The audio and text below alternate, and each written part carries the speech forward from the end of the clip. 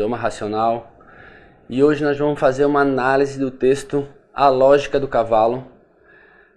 Esse texto eu colhi nos materiais de estudos da minha faculdade de Ciências Equinas, até por isso eu sou hipologista, e infelizmente eu não tenho o autor desse texto, mas só que é um texto bárbaro que eu gosto muito, eu gostei muito, e por isso que eu trago ele aqui para esse texto não morrer e conseguir passar essa mensagem que este autor quis transmitir para vocês.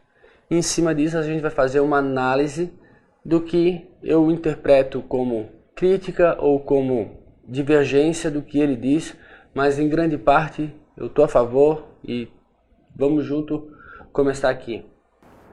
Olha, o autor já começa comparando dois tipos de cavaleiros. Aqueles cavaleiros que montam para quem está vendo e aqueles cavaleiros que montam para o cavalo ou com o cavalo. Esses que montam para o cavalo, o autor afirma aqui, e eu até concordo, que pode ser um pouco chato de vê-los, né? Parece que nada está acontecendo. E eu até vou acrescentar algo mais. Eles até podem ser julgados erroneamente por não reagirem a determinados comportamentos que o cavalo está apresentando. Não reagirem com veemência. Porque, infelizmente, esse tipo de expectativa é comum no meio dos cavalos. Aqueles cavaleiros que montam para quem está vendo, normalmente são os preferidos desses tipos de espectadores. Só que basta você entender a lógica do cavalo para saber quem é que está montando melhor. Os cavaleiros que montam melhor sempre, ou na maioria das vezes, agem sobre a compreensão do que é a lógica do cavalo. Para vocês entenderem melhor, agir conforme o que é previsível que o cavalo faça, ou até mesmo possível que o cavalo apresente determinado comportamento, ou possível que apresente determinada resposta. E isso acontece porque os cavalos têm padrões de comportamentos, respostas e aprendizagens que são muito parecidos entre eles. Já sabemos que o cavalo é um animal de presa, e acreditem, eles também sabem disso. Quando nos aproximamos de um cavalo, ele não tem como saber qual a nossa intenção. Ele pode observar nossas ações e então decidir se vai esperar ou fugir. E isso é de fácil percepção para nós. Basta você olhar para o cavalo ou até mesmo conhecer a sua história para já ter uma tendência, para já saber uma tendência de reação que o cavalo possa ter. Se é um cavalo de 12 anos que veio de um manejo, é lógico que ele vai esperar. Agora, se é um cavalo de 4 anos que foi buscado no campo, é lógico que ele vai fugir. E é lógico também que esse cavalo de 4 anos precisa ser amansado, aceitar a nossa presença, né, como o autor diz. Isso é a doma de manejo que eu explico no curso, ok? E é o que ele fala aqui na continuação. Sabendo disso, o primeiro passo no treinamento de qualquer cavalo é conseguir que o cavalo aceite calmamente a sua presença próxima a ele, ou ao seu grupo, sem percebê-lo como um possível predador. Nessa hora é importante adotar uma postura calma e relaxada, e não encarar o cavalo diretamente nos olhos. É claro que se eu me comportar como um predador, o cavalo vai achar que eu sou um predador. A gente tem que se comportar como eles se comportam, agir como eles agem. Olha, existem até algumas técnicas que usam desses comportamentos predatórios. Posso até citar o exemplo do vídeo que a gente fez, o primeiro, de dessensibilização com o Bruno. Usamos comportamentos predatórios para obter a aceitação, depois a comunicação e posteriormente a nossa relação. Mas o entendimento desse tipo de comportamento requer uma percepção um pouco mais ampla do que é comportamento clássico dos cavalos e o que é o comportamento operante. Tá ok? Vamos seguir. O próximo passo na comunicação, após obter a aceitação pelo cavalo ou pela manada, é conseguir o controle. Com a linguagem corporal correta, obtém-se a atenção do grupo e o estabelecimento da liderança.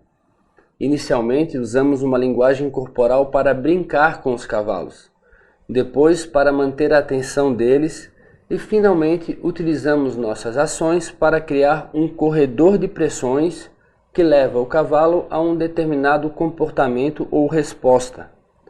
Após essa resposta estar fixada no solo, transferimos os mesmos conceitos para o trabalho montado. Quando feito corretamente, todo esse sistema é muito lógico do ponto de vista do cavalo. Não há necessidade de restrições físicas ou punições e o cavalo nunca se sente atacado pelo homem. E aqui eu quero fazer 3 ressalvas nesse trecho. O primeiro é que quando o autor diz brincar, olha, pode e não pode ser interpretada dessa maneira, depende muito do comportamento que está sendo apresentado, mas eu me posiciono assim, como linguagem corporal de manada, e não como uma brincadeira, ok?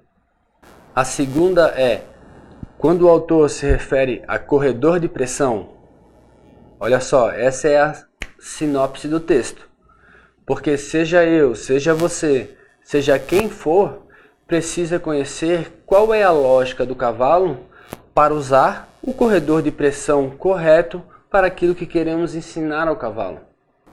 E terceiro, quando ele cita punições, eu acredito que ele está querendo se referir a agressões propriamente ditas, e não levando em conta o processo de aprendizagem do cavalo, aprendizagem através do reforçamento do comportamento com recompensas e punições. Até porque eu posso punir um cavalo através da minha linguagem corporal de manada. É muito importante que os treinadores percebam que os cavalos não entendem e nem reconhecem os sentimentos humanos, mas que esses sentimentos muitas vezes criam conflitos no treinamento.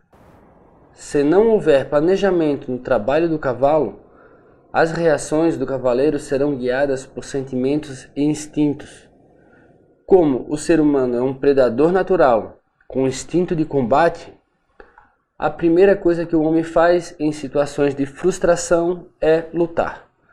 E quanto mais amedrontado ficar, maior a reação de luta. Vou voltar nesse trecho aqui.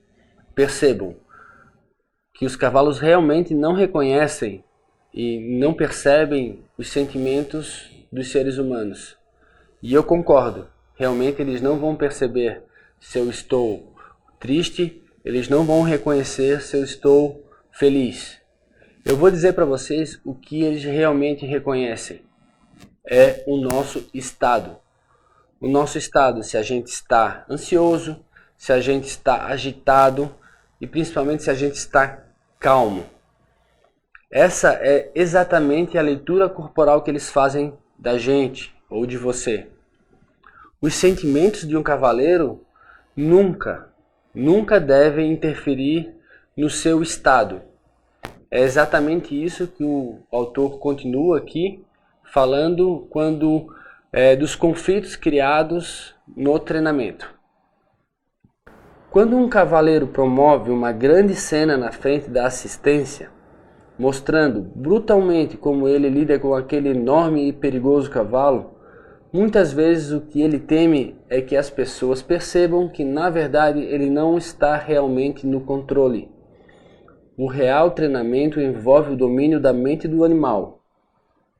Devem-se introduzir novas tarefas à sua rotina sistematicamente, de maneira lógica do ponto de vista do cavalo e de acordo com os seus instintos naturais para a obtenção da máxima performance. O autor é desconhecido e, de acordo com o autor do e-book Jefferson Fernandes, eu, hipologista, graduado pela PUC, foi um material colhido nos meus estudos e eu não tenho esse autor.